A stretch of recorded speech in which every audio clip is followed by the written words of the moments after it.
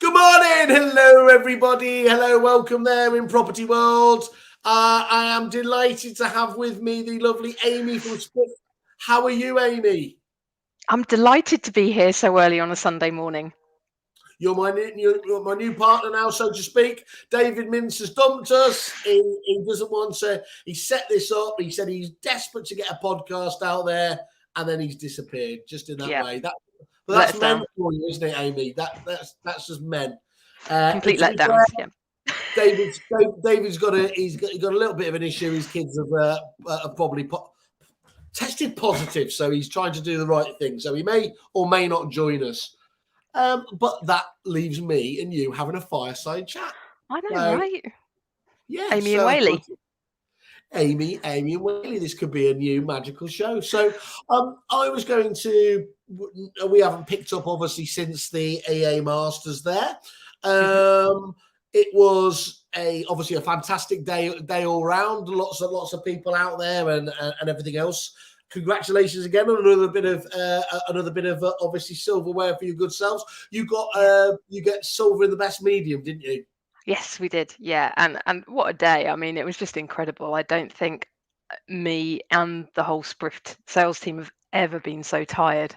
At the end of a day, it was exhausting, but it was just incredible. So take it because Amy, famously, you've been on both sides. Obviously, you've worked in agency as well. Mhm. Seeing it from the other side, seeing it from the prop tech side of the supplier side, what do you notice about these events? What stands out for you? I think a massive standout actually this year for me, because I think 2 years ago, we were at the EA Masters as Sprift, but we were, admittedly a much smaller known company. And I think this year, what was actually really lovely and really noticeable, and actually speaking to other suppliers this week, they found the same in that everyone, I think because everyone was so excited about getting together again, everyone really wanted to engage with their own suppliers, their current users, the tech that they use. But I think agents are also really looking at their digital transformation at the moment and wanting to speak to different tech suppliers, see what's out there. And I think everyone just said the engagement in the innovation hall was incredible this year. Nice. And I think that some amazing conversations were had. And certainly from our part, a lot of meetings booked in, a huge amount of meetings, Good. um, Yeah, which yeah. was amazing. And I think the general consensus was from all the suppliers that we all had a fantastic day.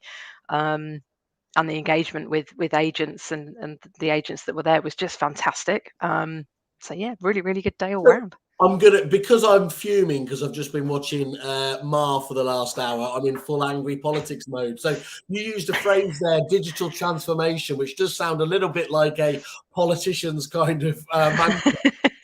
Could you? I think this is a phrase that's trotted out a fair bit. Could you Mhm. explain what it means to you? But when you are talking about digital transformation of an agency and why that is relevant to an agent. I think that might be quite interesting to do because, of course, Yeah. Rift is absolutely at the core of many people's digital transformation, isn't it? Mhm. Why is it important? What is it, and why is it important to an agent? So I think when we first picked up on it, it was during the first lockdown. So it was 18 or so months ago now, and it was. I think the first lockdown gave the opportunity for a lot of MDs, a lot of business owners to actually just take a breath, sit back, and look at the business and they're also forced into doing a lot of new things like working from home, working remotely, Yeah, setting up their systems remotely. Okay, so the amount of estate agents that I spoke to that didn't have laptops, didn't have webcams, yeah, was insane. And then obviously the virtual offering had to come in as well. So suddenly everyone, I remember there being a massive shortage of VT equipment, and virtual tour equipment, and agents were rushing to try and get virtual tours done before we went into lockdown. And then we're trying to get owners to do virtual tours, and it was all kind of a bit chaotic. But I think that's when it was noticeably that it started. Certainly for us, and people were ringing us saying that they were reviewing their tech, they were looking at new ideas, new innovations, new ways of working. How can they fit in, and how can they better work from home? How can they better work virtually? How can they still give to their clients, their customers, their buyers and sellers, the same experience working remotely, working from home. It was all these conversations were going on, and I think that was when there was a real noticeable change. And then I think there was a demand, certainly from our part, and probably companies like Dataloft as well felt this, that there was a need and a want and a desire for more upfront information. So whether that be market information about their local markets, and also obviously from our side, property specific information and more upfront data to be able to provide to their clients, that's when we kind of kicked in. And that's why and when we launched our buyers reports, because agents were just crying out to be able to give clients something else other than just the listing on the portals, and a bit of a virtual tour if they had one. So that was a real emergence that we saw back in the first lockdown, and I think then it's just continued, right? So everyone's looking at, okay, how can data help them? More data, the more data the better. Everyone wants data. It's gone data crazy. But I think along with the government and the talks that are going on in the background with like the buyers and sellers group, BAPSI and all that kind of stuff, with the sort of emergence of there should be more upfront information out there now. What is on the portals is not good enough. It really isn't. It is possible to have too much data, isn't it? I mean, I think one of the things that you mentioned there, our great friends and your integration partners and people like Dataloft do a fantastic job of bringing that data to life, isn't it? But you can have too much data if you don't know what to do with it. Yeah, I think it's certainly dangerous from a buy side if they're going to start quoting stats at you from the local market. And I remember that as an agent, people go, oh, prices are dropping and they've got 0.2%, so we're going to renegotiate. And it's like, really? Okay, try. And you have those conversations with people. But I think at the moment, we're agents are still very lucky in that there's a lack of stock. So, and prices are still in the majority of places in the UK very, very high. So if you look certainly down in the southwest in Cornwall, I speak to the Cornish agents, and their market, when you look at the stats on Sprift over the last year, their prices have gone up averagely well over 20%, which is scary. Yeah, I mean, here's a story I was looking at in Property Industry Eye. Obviously, it was just talking about obviously Rick's highlighting that the number of properties on agents' books hits historic lows. I mean, that would certainly be true with what you're talking about, isn't it, here? And is it fair to say as well? I mean, one of the things that was so prominent for Sprift here we are at the meeting. Hello, Mr. Mintz. I was going to say, look at that hat. Howdy. He's clearly been on the merch roundup. So I've just got Sprift and Starbury love going on here with the caps. That is, it's a beautiful Anschluss. That's wonderful.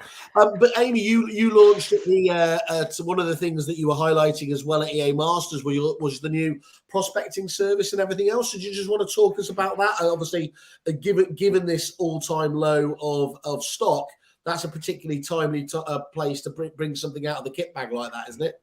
Yeah, absolutely. I mean, it's something that's been in the pipeline for some months.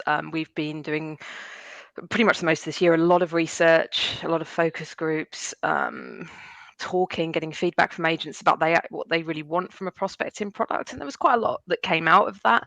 A lot that came out of that is what agents actually really want, how they can make it really quick to just jump in the morning and literally spend 5-10 minutes getting all their prospecting done for the day, because it's one of those tasks that historically, when I was an agent, it was manual, it was spreadsheets, it was, go out with your Rightmove photo, print out, find the door number, go back to the office, get it in your spreadsheet, do your mail merge with your.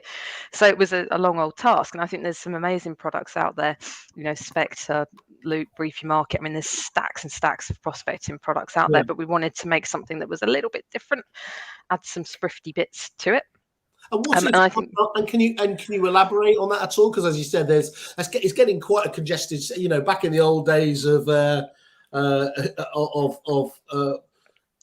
was it? What was the old product? The old prospecting product? Jesus Christ! Visi Homes. Visi Homes. Yes, That's what I had. But obviously, it's getting a very congested sector, and it's not surprising, of course, because that's where the sizzle and everything else is. What is it that you guys at Sprift are trying to do a little bit different, other than obviously having it integrated into the core kind of data package? Yeah, I think so one thing is that it's all in one. So literally now agents can prospect, do all their prospecting, do all their research, and getting their upfront information together, researching the valuations, but then also producing their business winning reports. So our sort of market appraisal report, our buyers reports, landlords, tenants reports, all in the same place. And that was quite important. We've then got lots more coming up to continue that journey, which is all top secret, so watch this space on that.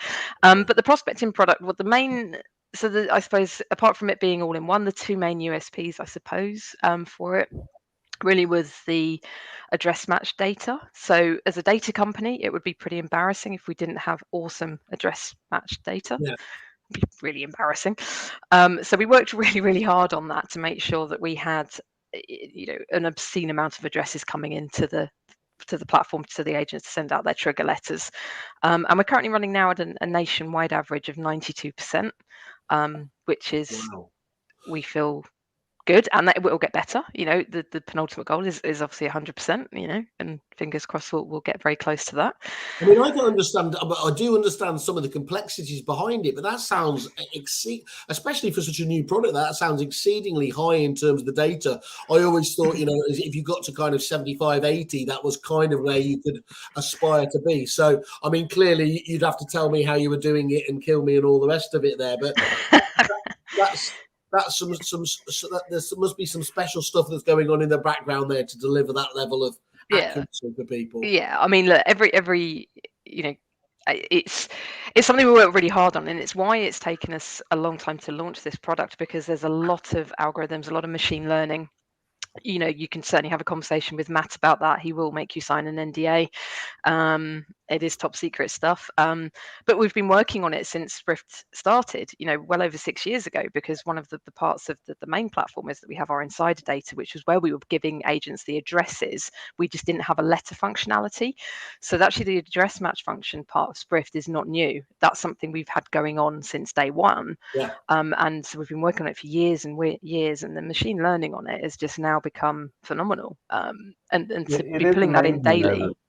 This is now the space race. The Cold War is all around data, and it's probably because now, if you were to go back to Visi Homes, you would get a small proportion of the information that you needed. And today, you guys talk about yourselves as data scientists, and I think other people do as well in the same field.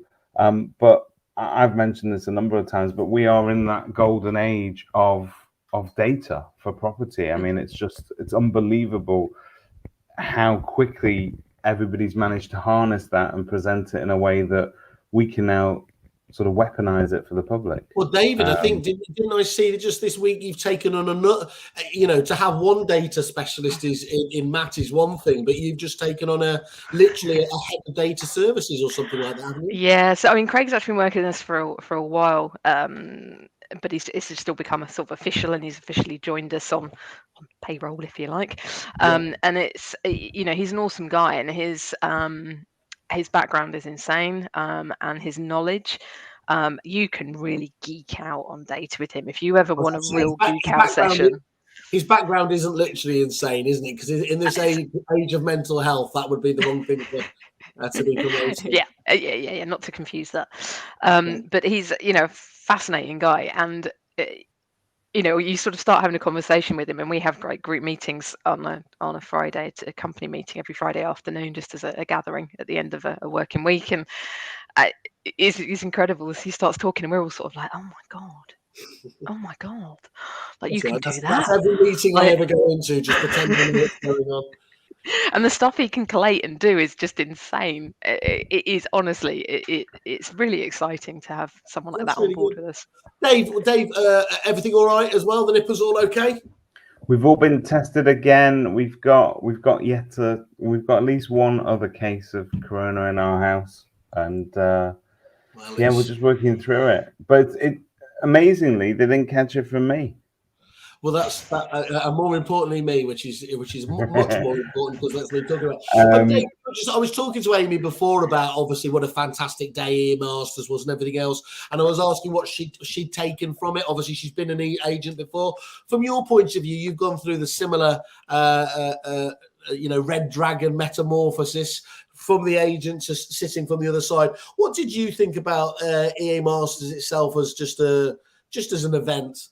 I think if you compare it to the other events, it's now clear to me that the different events have different appeal and maybe attract a slightly different crowd. I think what makes the EA Masters almost unique in as much as it's selected its own crowd by default by only letting in the people that they assume are in the top 10% of agents in the country. So really, when you sat in that room, there's I felt, at least until you and I arrived on stage, that it was a rather sort of sober and somber event. It's a meritocracy. It's a meritocracy unless you're a sponsor. But I think when you listen to sort of even the wording behind some of the speeches, to me is very telling. When Nighty gets up there and he sort of says, look, you guys are the top 10% of agents in the country, and the reason why you look around this room and the others aren't here is simply because they're not good enough. Now, in that way, you're setting your stall out. You're saying, look, this is for the elite of the industry, and so very much that's what I took away. That those people. But they are phenomenal agents, and they are on a different level. Yeah, I'll stop him doing the impression, Nighty. Sorry about. No, Nighty loves the impression. He says that's our first cease and desist of the show for today. So well done, David. Nighty loves my impression of him. No, but I think genuinely, I think that's why it sort of it gives that event a slightly more professional edge to it, because everything and every speech and every person that's presenting up there is trying to impart some sort of inspiration to the agents. Whereas, let's face it, the Esters is a great bash, but it's literally, let's hammer through these awards as quickly as possible. Let's celebrate, because that's what today is about. I genuinely do think that they fit into different niches. I mean, if you think about it as almost a Grand Prix, as a sporting event, there you have got the Esters, which is purely just voted for by their clients, and you can say, and there's very rigorously done in terms of that approach. You've got EA Masters for the foregoer of obviously Sunday Times, which always blended in speakers, and we're going to come back to Mr. Covey in a moment and everything else there. And then we've got obviously coming up in a few weeks as well, we've got the Negotiator, which has always been a bash judged by done by the judges and everything else there. I know that there is that little bit of kind of competition and frisson between them, but there really isn't much step over in terms of what they're doing in the same area, are they? No, they're all very different. They all had different appeal to it. I'm going to the Negotiator for the first time this year. And actually this year was the first Esters I've been to as well. And I think they're all very, very different and all very, very good in their own ways. I think the EA Masters is all about continued learning. It's about growth. It's about evolution. It's about, meeting your suppliers. It's a full-on day. Yeah. But it's a great celebration of the legitimately top 10% of agents in the country. Let's talk about, we've spoken about digital transformation, we've spoken about EA Masters, we've spoken about silverware. We haven't totally spoken about tracked QR codes yet, though. We haven't done that yet, but what we can't do when we've mentioned all of those is not mention the overall winner, my COVID buddy, which sounds terrible. There she is. Michelle Gallagher. So hello, Michelle. I mean, lovely timing and perfectly on message there as well. Do you know what I've been loving about it? She's been so gorgeous, especially when it could have been me that maybe gave her the holiday. Because I was absolutely certain that she wanted to meet everybody and soak up the joy of the day. So I was marching around everybody, which may not look quite the clever thing that I thought of in the day. But she's been dropping me a line. And of course, Michelle, one of the reasons that she has one is that she's been so innovative. And at a time when everyone's dropped things like virtual market appraisal, Michelle has been continuing to do them. She's been continuing to do them, and she's been doing them with higher levels of conversion ratios than when she was doing actual ones there. And she's been sending me, as part of my daily updates, apart from obviously the lovely woman she is and saying, "How are you today, Simon?" She's been saying, another two listings, one today, another 3 virtual, and I just absolutely love that, to the degree that she said she's getting a good degree of sympathy. So I don't know if I'm destroying her secret sauce now. I said, see if you can keep it going for about 3 or 4 different. She's awesome, and Michelle just continues to innovate. And what is lovely about Michelle is she'll actually just ring you and talk to you. You know, we have messenger conversations about what she's doing and things. And I think she was one of the first agents to completely bin off her own property brochures in replacement for our key facts for buyers. And the way she did it was just incredible. And she copied me in on the email that went out to her whole database. And she sent a video out to her whole database in a really nicely formatted email, really professional, basically introducing her new property brochures and what was in them, what was in it for the client, why they'd done it. And it was just so perfectly explained and wonderfully done. And you just think, no wonder she won that award, because that's the thing for me, Amy, though, is, sometimes at awards, even the biggest one of all, you think, really, that doesn't feel right to me. But however they're getting to these, these 3 billion points of data night he talks about, and there's the mystery shop, everything else. When somebody like Michelle Gallagher, who has been has been being spoken about on social and in estate agency groups with such high, you realise that that's not an accident, don't you? I mean, if you look at, we talk about digital transformation, you talk to Michelle about her digital transformation over the last 18 months. It's insane. Like, it's incredible what she's done and achieved. So yeah, working with agents like her and many others, and I'm not going to sit here and try and name a list. David put it down to himself, though, Amy. He did say, because he works with her on Stephen Brown's group, that 100%. It's my inspiration. But I've got to tell you something. The thing, when I heard Michelle's, I had no idea. Genuinely, I don't know if you did, Simon, but I had no idea that as if I would have kept it quiet. I had no idea. And when they came up to that top award, I thought, all right, who's going to get this now? Is it just going to be one of the usual names? And I was so pleasantly surprised to sort of hear their name. Not surprised because they don't deserve it. They absolutely do. If you look at Michelle's market share and how she absolutely dominates that market, and if you just look at the sheer number of valuations that she's managed to do, and the ratio of instructions to valuations that she's getting is absolutely phenomenal. But when they called that name, I thought, oh, that's amazing. It's somebody I know, somebody we like, but it's nice that it's a smaller independent. It really, and if the EA Masters does one thing, I think it does elevate. But actually, look at the previous winners on that award. Yeah. So obviously I'm a bit biased here, but obviously location. Yeah. Fabulous absolutely. Agent. Never heard of them. Yeah. Never heard of them. Now you probably should check them out. They're pretty awesome. Don't put us on road traders, Amy. Good. But Simpsons as well, they won it. So look at the agents that have previously won it. Actually, historically, they are. And I think that's what I do like about the EA Masters.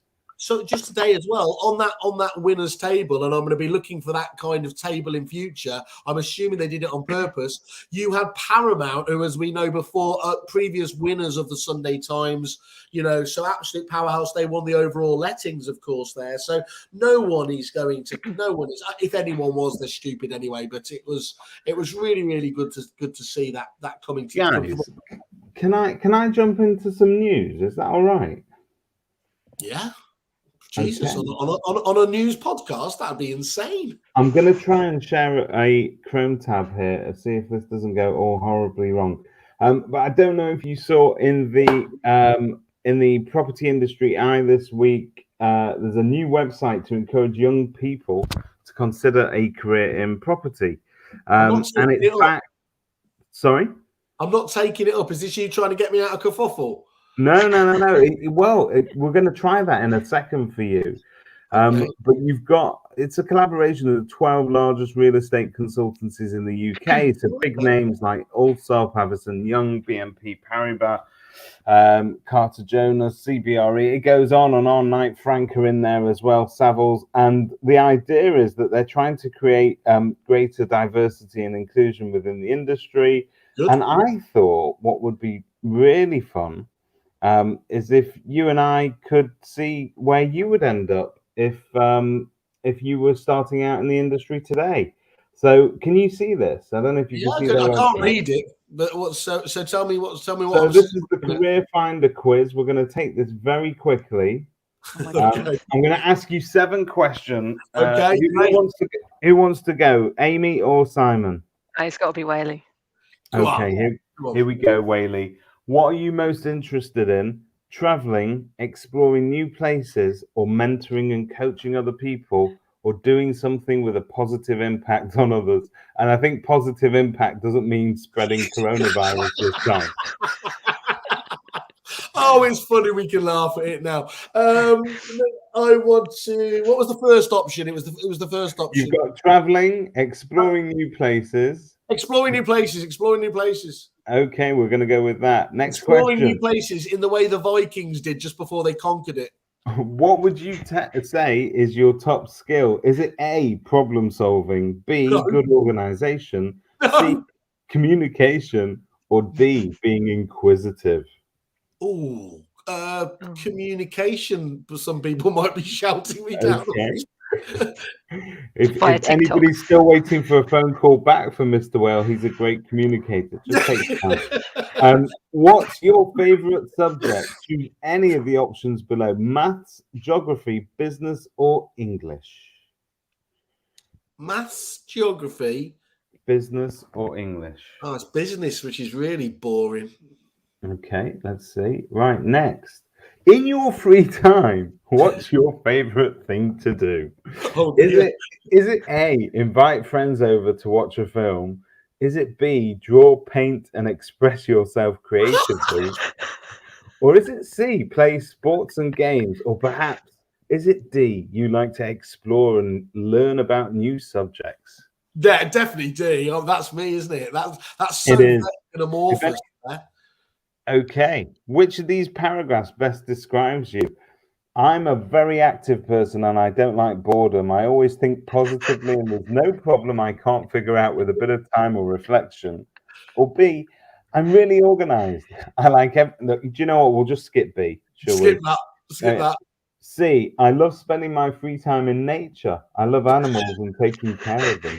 I like spending time in the mountains, at the seaside, or in the park. I think other than dogging, I don't think you've shown much interest in animals. It's first one. Okay. Here we go. And so we are on to question 6 or 7. We're almost there. When revising, what do you prefer? Looking at past papers to do practice questions, creating mind maps and flashcards of your notes, testing a friend, or talking about topics with your parents, or having friends over to study in a group at your house? You're D, aren't you? D, definitely. Get them over. You're the gregarious.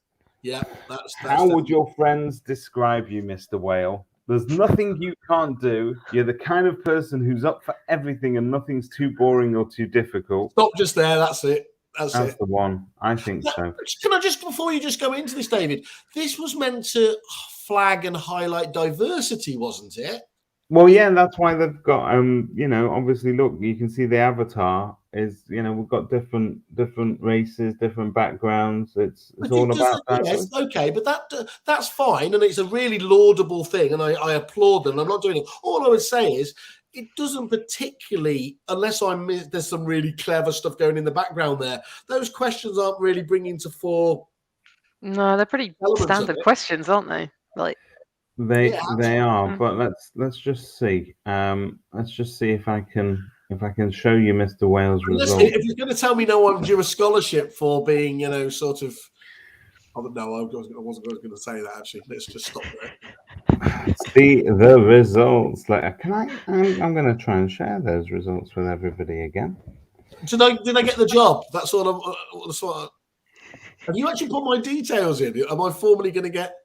Oh, you're going to offer from Savills. You're going to get spammed. There you go.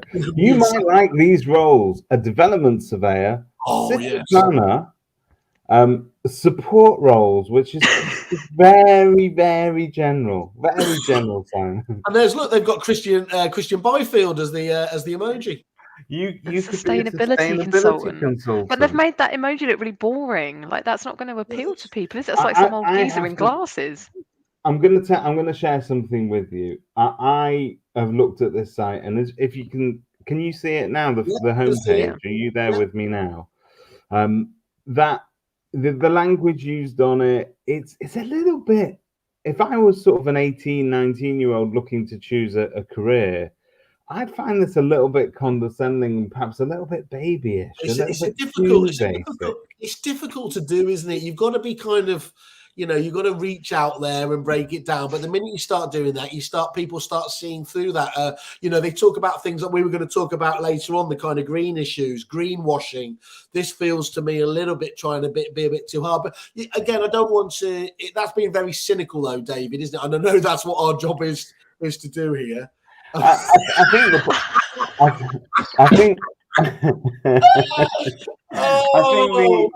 Mickey. Right, you carry on. I'm going to find that photo of him on our table. You do that. What I'll say is, I think, and I don't know how Amy feels about this. I think the challenge for our industry has always been people that choose to come into our industry rather than people that fall into it by mistake. Now, our industry is full of people that fall into it by absolute happenstance, and they become absolutely awesome agents. I just wonder, though, is there a new generation of people waking up out there thinking, actually, being an estate agent, rather than a sustainability consultant or a surveyor or whatever it is, that in itself isn't such a bad job at all, and that we do add value? Are young people being encouraged to step forward and choose that as a positive career choice from day one?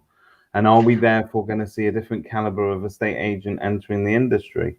I think we have to, and I think it's really interesting. Nicola Bruman put a really good article out on LinkedIn about this earlier this week.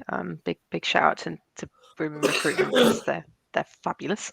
But I think Nicola's really on the pulse with this as well. And I think, I had conversations with her because I'm recruiting at the moment. And not only is it really hard to find good estate agents, I've got a lot of clients that are on the hunt for good sales negotiators and people to come in at the bottom and work their way up, just in the same way that I did. But it's really hard recruiting for BDMs. I'm out recruiting at the moment and need to bolster the sales team. And it's tough. It's hard.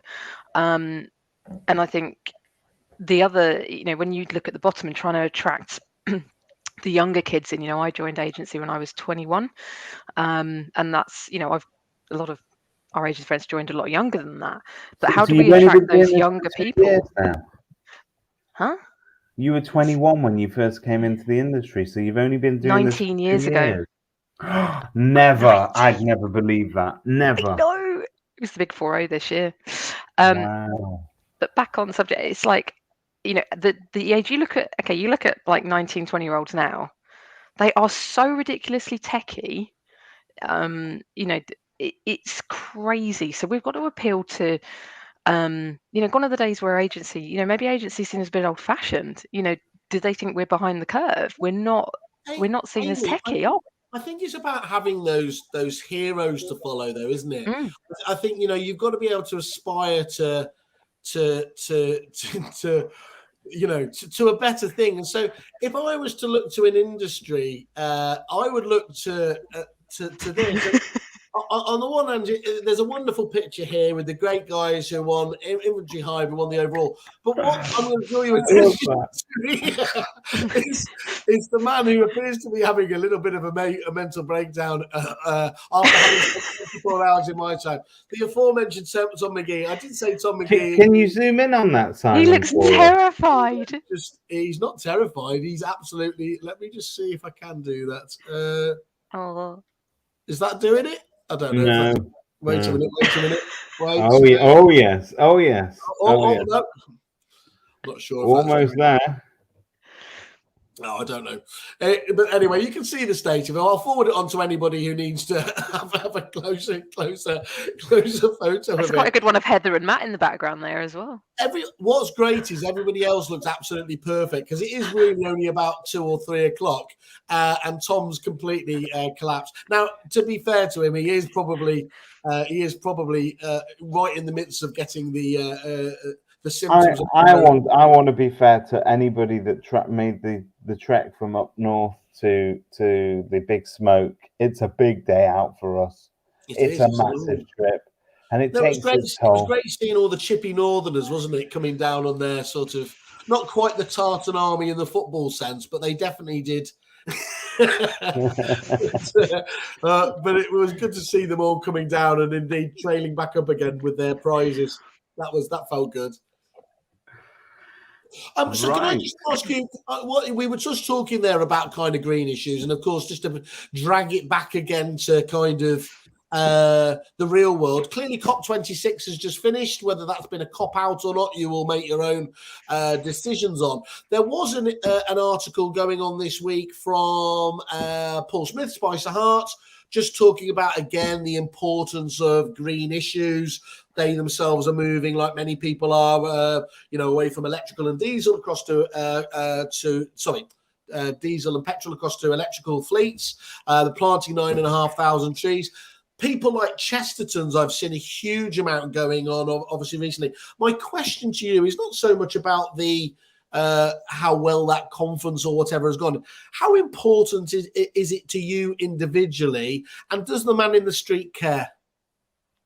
I think it's incredibly important. I'm going to really geek out now. I was just watching Countryfile this morning, and it was all about trees and how the farmers are doing. I won't go into it. But I'm glad you asked Amy first. It's incredibly important. I think the problem I think is that going green is, and especially for agents, actually it's quite expensive. When you look at switching company cars is a really good example, from your standard company cars with what they've got driving around right now to electric cars. Electric cars are really expensive. So there might be a lot less in company car tax. I don't know all the ins and outs of it, but the initial offset expense for a company, especially a medium to large size agency, is massive. But I think there are small things that agencies are doing, and something actually we were really pro on when we set up the prospecting product is all of our postcards and letters are done on recyclable paper. They've all got the symbol, the recyclable symbol on them. Yes. And actually agents have asked us that and have said, are your postcards and letters all recyclable? And that's actually surprised us. It's something we consciously thought about. And I think it's really important as well, isn't it? Yeah. So I'm with you, Amy. And when I do think it's important, okay, I come across as well. I'm looking more of a hippie day by day. But I just think that, especially during this Corona period, where people are really questioning their own values and the values of businesses that they deal with. Yeah, there's still a huge amount of people that don't give a toss out there. But if you want that demographic of people that this does matter to, you're going to have to be shown to demonstrably align with them, or just forget about that part of the market, aren't you? Yeah, absolutely. And sorry, Mitzi, I was just going to say LRG, if you look at LRG as another example, their boards are all now recyclable, which I think is really cool. Massive change. And they're a big company to do that. And they've got a webinar. They're hosting a huge webinar on Tuesday this week about all of this. And I think that, again, they're pushing forward in trying to make these changes in the property industry. See, I think actually there's been a very large online estate agent that's been recycling their own listings for years. But other than that, I do actually think that recycling is probably very important to the next generation of buyers. And when we talk about climate change, I very much get the impression that it matters tremendously to our kids. Feel like we are handing them a world that we've already mucked up and destroyed, but to a certain extent our parents did that for us, so it's not I'm not going to claim credit for all of that. We haven't had the opportunity yet, have we? Not really, but I think we're the generation that needs to sort of set out our stall as to how we're going to do it.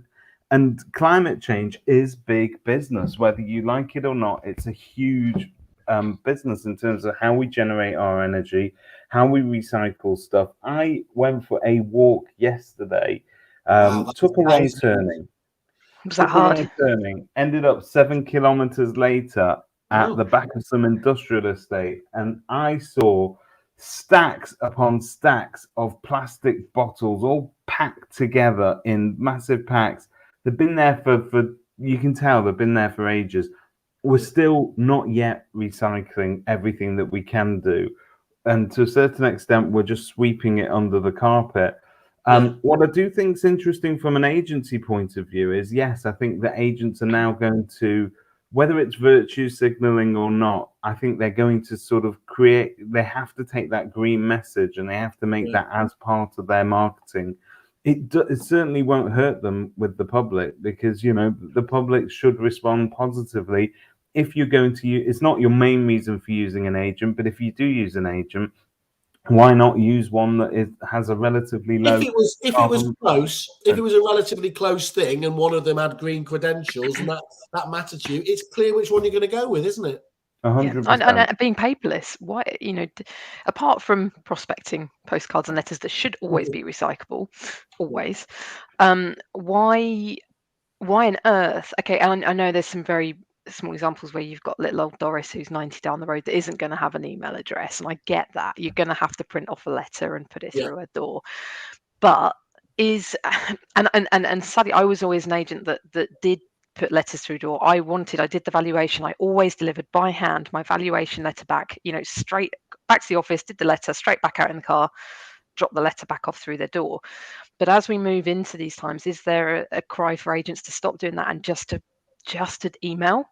And even when I was an agent, I did have some clients, and actually thinking back now, just thinking there were some clients that said, please don't give me a letter, post me a letter, I just email it to me.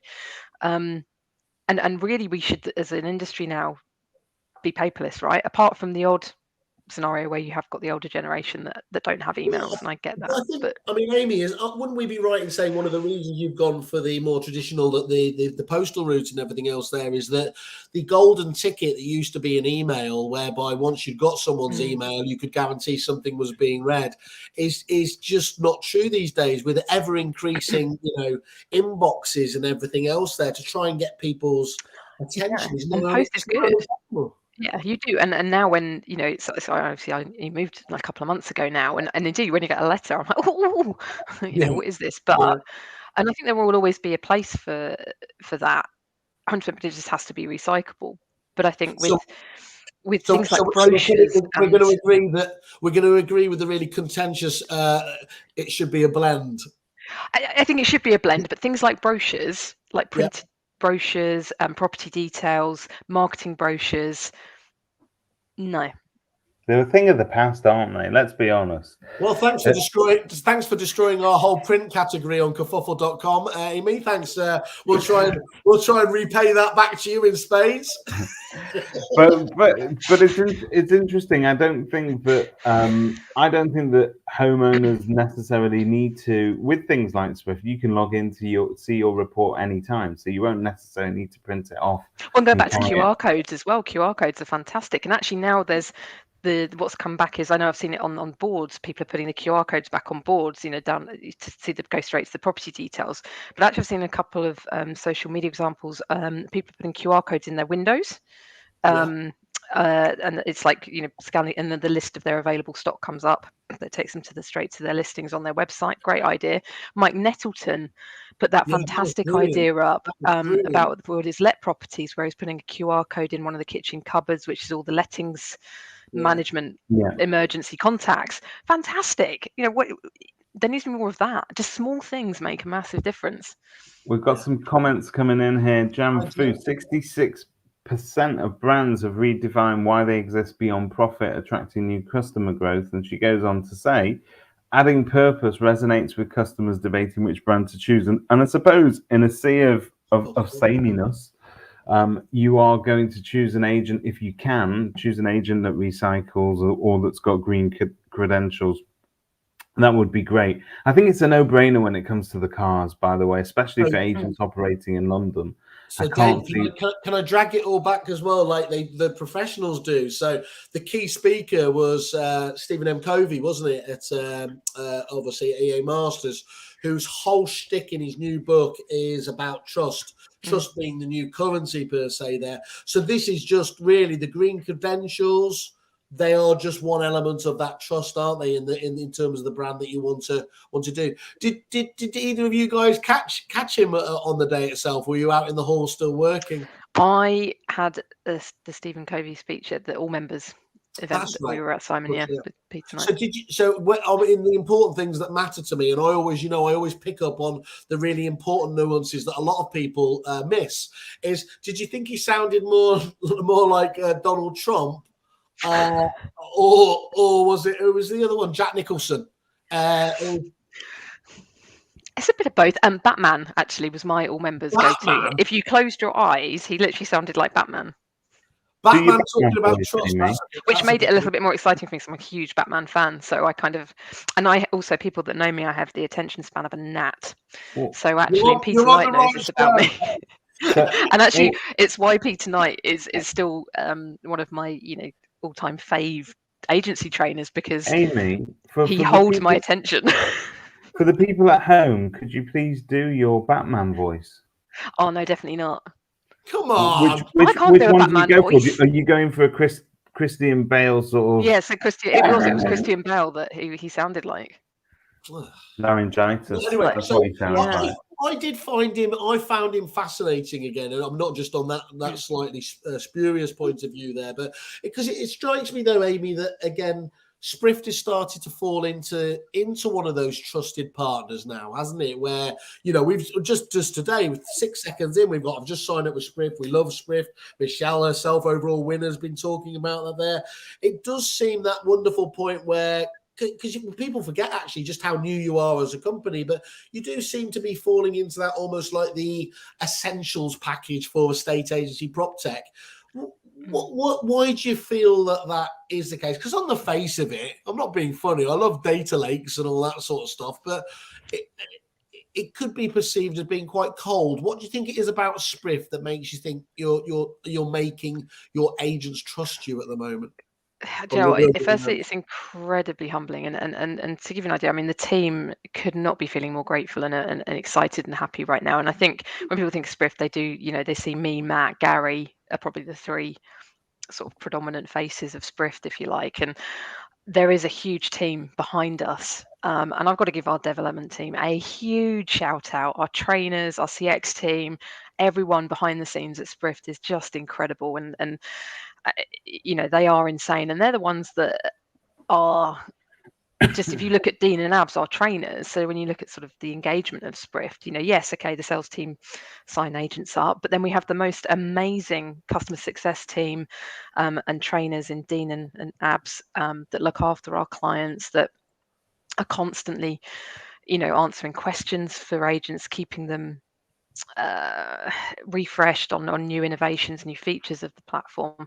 So we're extremely humble and grateful right now, and I think winning that award was just a massive thank you to the team on what they've built and what they've done. One as well there, Amy, isn't it? It's not your first one now, and it's the consistency of winning a series of awards to show that you're not just a flash in the pan, as sometimes these companies can be. There, that you continue, clearly you're innovating left, right, and I think that's why agents stay with us. I mean, they've seen agents that joined us 2-3 years ago that have been on the journey with us since we really started pushing out into the agency world, have just seen so many changes. And I think that's potentially why, if you join Sprift, you'll see new innovations, new features coming out regularly, and us actually continually evolving and innovating and trying to go with the times and trying to give agents what they want. And I think there's been a real emergence of agents actually wanting more upfront information. So I think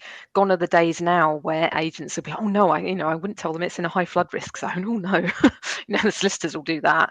Now agents want to be upfront and honest about it before the client, even obviously CPR has a big impact on this as well.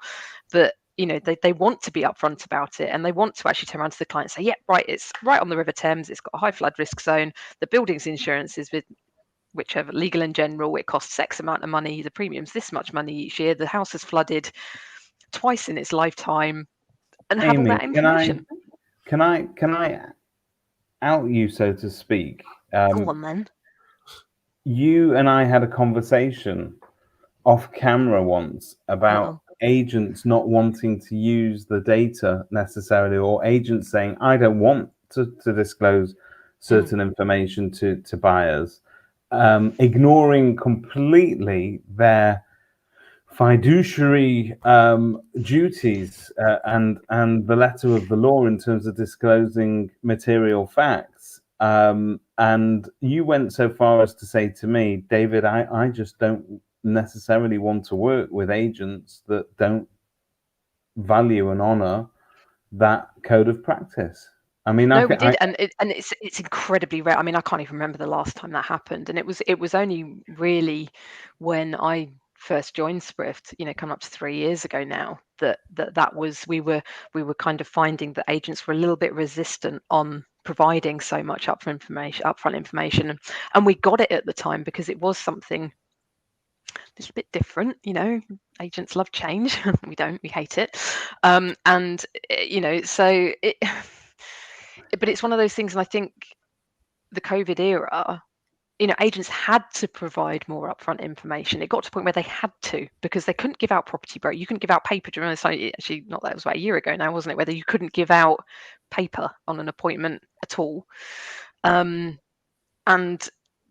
I think the evolution of agents actually wanting to provide more upfront information, because it saves the agent's time, it saves the seller's time. It does, and I think if there's a level playing field in terms of the information that we do provide as agents, I don't think you need to have those crises that you often have. Should we disclose it? Shouldn't we disclose it?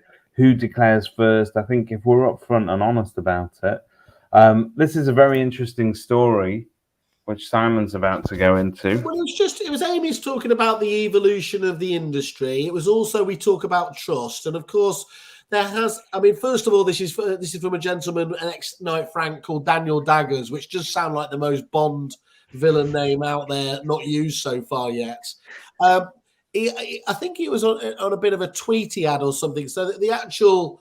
it's a little bit confused, but he sort of says UK estate agency business model is now unfit for purpose. It's upside down, doesn't suit the seller, landlord, tenant, buyer, agent. No one involved except for the owners of the businesses. Fact, real estate. Now, as I said, I don't think that particularly hangs together particularly well, but there's no doubt at all, is there, that the transformation. You look at how many people were going up on that stage who were, I know a lot of them are your clients, aren't they, Amy? EXP agents.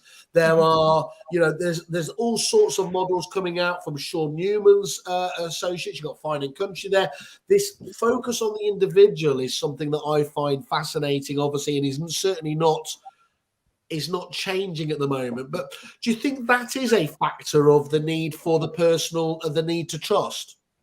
I think trust is one of the biggest. I think, going back to what Peter Knight said, two of the key factors was why people chose agency, right? It was knowledge and trust. Yeah, that says it all. That's it. That says it all. Your sellers want an agent they can trust that has the knowledge. Yeah, simple.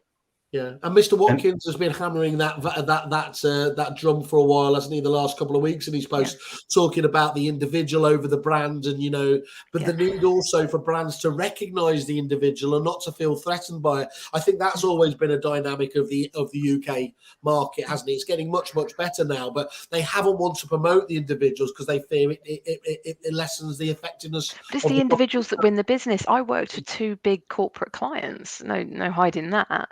But they chose, it's people by people. I don't care it doesn't matter what company you work for at all.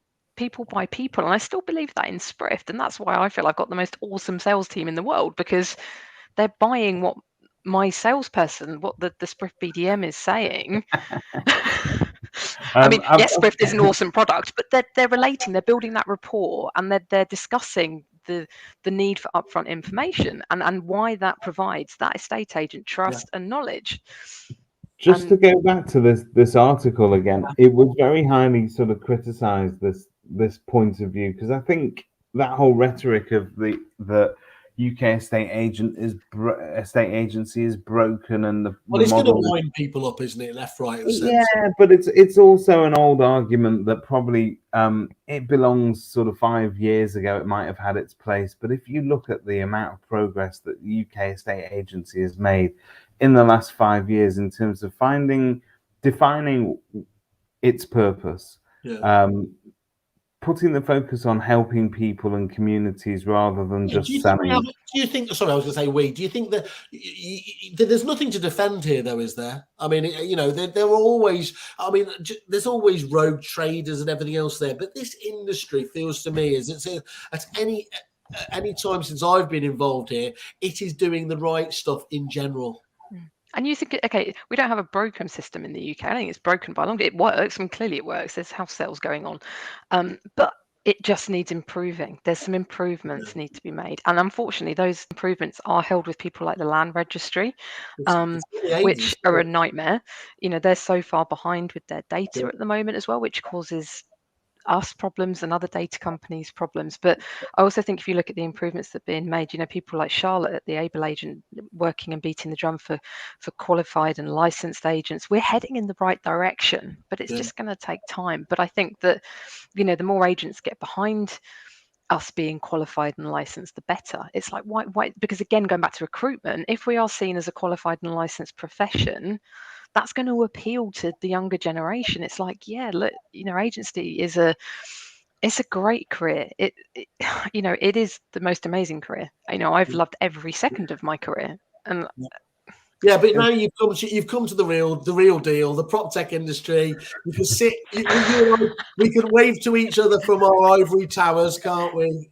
But I never wanted to leave property, and it was really interesting. When I go back to the conversations I had with Miles at Crux Careers when I was leaving, I'm not leaving the property industry. I love everything property, and I think you get hooked. So we need to go back to the recruitment thing. It's like we need to be seen as a more professional, upstanding career choice.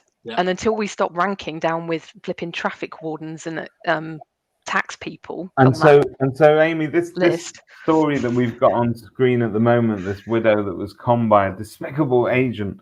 I think it was £160,000 that this lady managed to sort of get away with.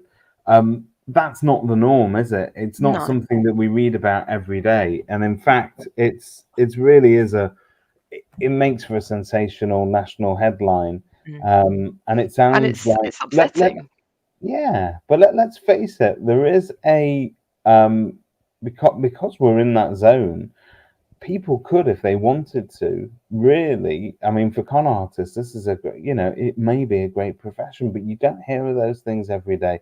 And I've got to say, by and large, it's an industry that's managed to keep its nose clean quite well over the last few years. I need to tell you an EA Masters story. So I came down off stage after having presented all of you guys with your awards, and I think I was drunk on my own Kool-Aid. I think they call it hubris. And a lady made her way across the floor to me to say, David Mintz, David from the Kerfuffle Podcast. And I just went, yes, how can I help you? She goes, how did you get in here, Mum? She goes, my name's Katie Griffin, and I don't know if you know me, but I have a podcast called House of Property that I run with Martin Baum. And now I assumed, Amy, that the next words out of her mouth was, we'd love to have you on our show sometime. We're a big fan of your work. We'd love to have you on our show sometime. I love Katie and Martin. I'm out there right now. Instead, Katie, when she tore me to bits, I can't say I didn't enjoy it because there was a little bit of banter going on there. And I think I fell in love straight away. Hang on, David. I was actually going to give a shout out and actually say, listen to the fantastic House because I don't know how I listened to that episode yesterday. It is great. But are we saying we need to ditch the Overmans and the Browns as our mortal enemy? Is Martin and Katie three of you? What I've got to say is that I think that Katie and Martin have a fantastic show, and Katie actually said to me, no, we don't want you on as a guest because our show is only about us. and about the market. It's about nothing else. And she was quite right. It's completely about her, and she sometimes lets Martin speak. There she is. Candyman. But I'll tell you something. It's a great podcast. You should check it out. And playfully, she was very, very much fun to talk to. And I had, you know what, the joke's on her. I'd never heard of them. So I'm glad that she came over and introduced herself. But I listened to it yesterday. It's a fantastic show. We're mentioned in there. You guys are as well.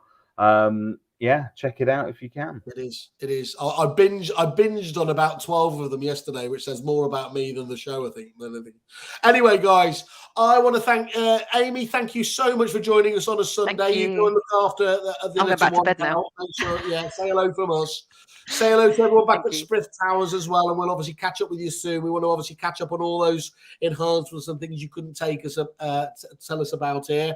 Mr. Mintz, I hope everyone is safe and well at yours. You'll do a wonderful Florence Nightingale impression, I'm sure. And out there in property world, take care, stay safe, and we'll see you soon. Thank you. See you soon, guys. Cheers.